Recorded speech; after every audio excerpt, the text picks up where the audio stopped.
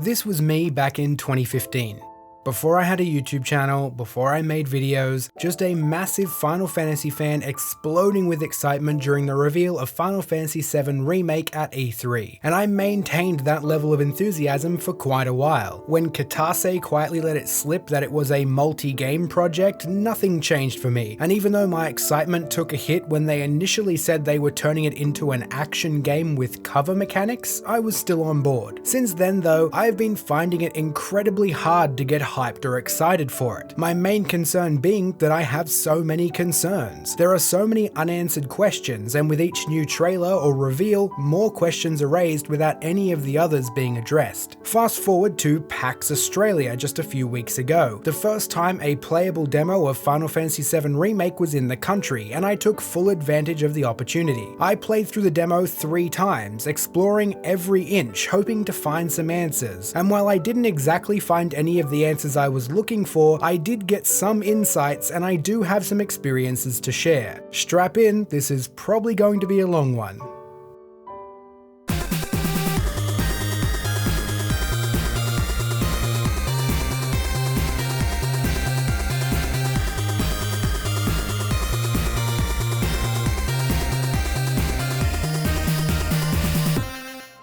When they revealed their new approach to combat earlier in the year, I breathed a huge sigh of relief. After thinking they were in with a good chance of ruining it altogether with some weird cover-based action system, what they showed looked like a great compromise. It looked really good, but then they announced shortly after that you'll be able to add skill shortcuts and other things to play it like it's a full action-based system. Then a few months after that, they announced a classic mode where you get to play like it's an entirely turn-based system. And after playing the demo, I think I know why.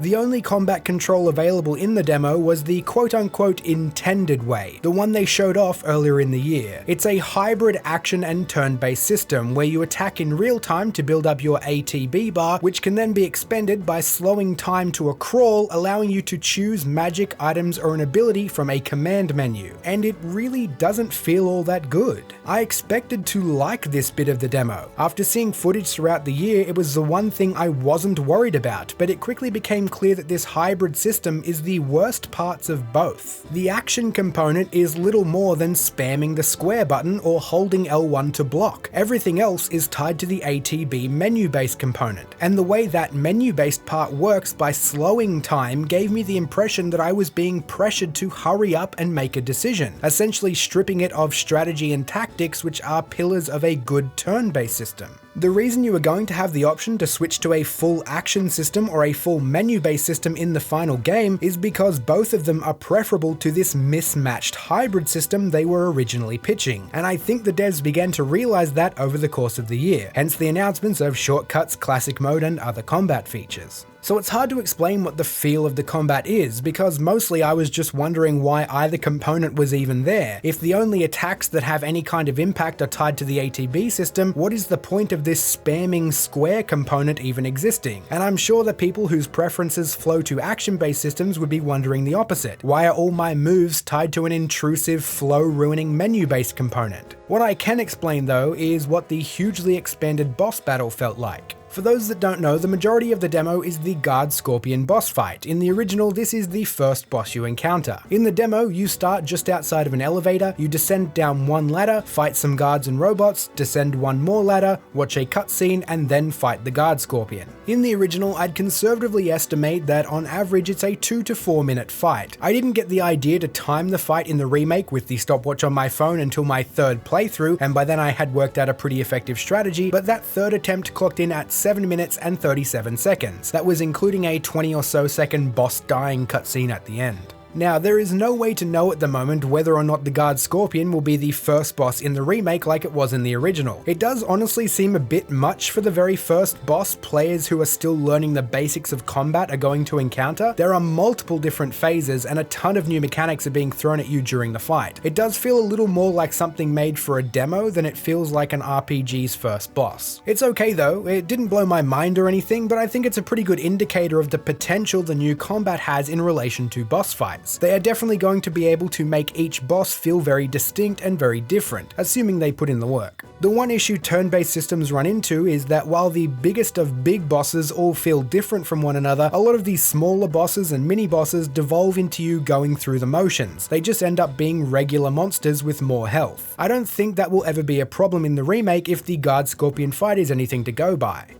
You start out attacking it as normal. The Scorpion will do a few different attacks, locking missiles onto you, punching and kicking, but he is deathly weak to Thunder, which Barret has equipped in the demo. Switching to Barret and hitting Thunder a few times will stagger the Scorpion, which is a mechanic ripped straight from Final Fantasy XIII. It puts the boss in a downed state temporarily and it takes additional damage. Once it drops to a certain level of health, it will put up a shield, rendering your attacks ineffective, and you'll need to switch targets to the shield generator on its butt to end the phase. I believe around 50% HP, a little cutscene will play where Cloud and Barret get thrown across the room before the boss is seen charging its tail laser. This is where the cover mechanics come into it. You need to run from where you are toward the boss and get behind some debris to block the laser. At low health, around 25%, the boss goes berserk, attacking way more frequently, but the fight is basically over by this point. You'll get an easy stagger with Thunder and wipe it up in no time. To sum up combat, it's mostly fine. I think it'll be far more enjoyable playing it as a full action game or a full menu-based game rather than the hybrid, and I'm glad those are going to be options. The boss fights have plenty of potential, though I do wonder if doubling or quadrupling the length of these fights compared to the original is going to somewhat artificially inflate the game time a little bit in this first Midgar-only entry. Now, the other major thing that stood out to me in this demo was the visuals. It is basically what this remake has been sold on so far. The vast majority of footage we've seen in trailers and reveals has been a one-to-one scene or event from the original, only much prettier, with only brief hints at what they are expanding and what we are actually going to be doing in Midgar for a full game. I have to say, I expected more from a game that has been so focused on selling its amazing visuals to us. There was no capture allowed when I played, not even photos or off-screen footage, but what I can tell you is what I played did not look like the footage you are currently seeing. This is B-roll footage provided by Square, and it mostly lines up with other playthroughs of this particular demo you can find on YouTube back from around the time of E3. And the demo I played was identical to this footage in terms of gameplay structure and length, but it looked significantly worse. The second I started playing, I noticed how poorly the character's hair was rendered. Weirdly enough, it looked a lot like the hair in the PC version of Final Fantasy XV at certain graphic settings, which I thought was a problem specific to the Luminous engine, not something I was expecting from FF7R, which is using Unreal Engine 4. Cloud's hair in particular just looked like a big yellow cheese grater, a big ball of fluff covered in holes. You can see brief glimpses of it in this footage, but it looked like this 100% of the time in the demo I played. The area itself also had lower quality textures. The wall in particular honestly wouldn't have looked out of place in a downgraded UE4 game running on the Switch, and even though the demo was running on PS4 Pros at the event, and with these downgraded visuals, frame rate performance was far from solid.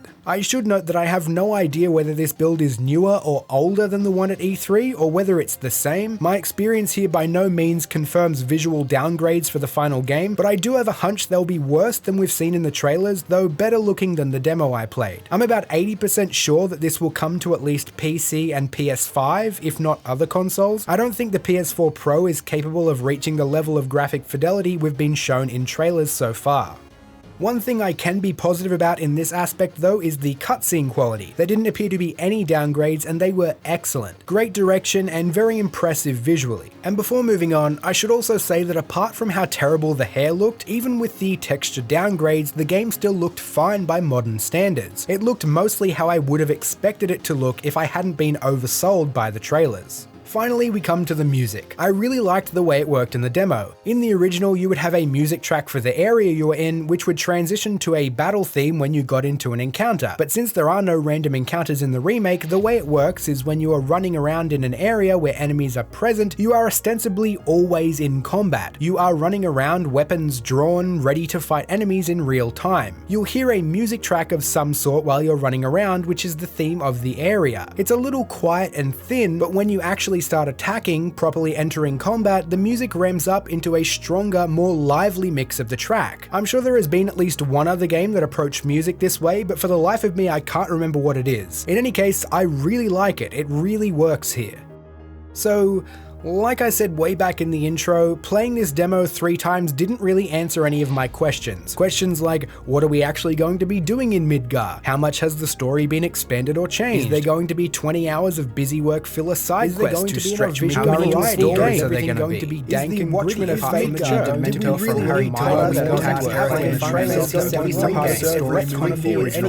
Are they actually going to finish it? Or are they going to give up halfway through and release a novel instead? Are we really going to wait 3 years to actually use the story overall going to feel disjointed because each of them are meant to be standalone games? Is Sephiroth going to be shoehorned in at every opportunity? And on and on and on. But I do have some takeaways, mainly that combat in the final game should have enough options to keep everyone happy, and that this will almost certainly be heading to PC and at least one next-gen console. I'll just have to wait and see whether some of my many worries are dealt with before launch. Fingers crossed the next trailer isn't just a one-to-one of an event or a boss fight from the original. Thanks for watching, and I'll see you all soon.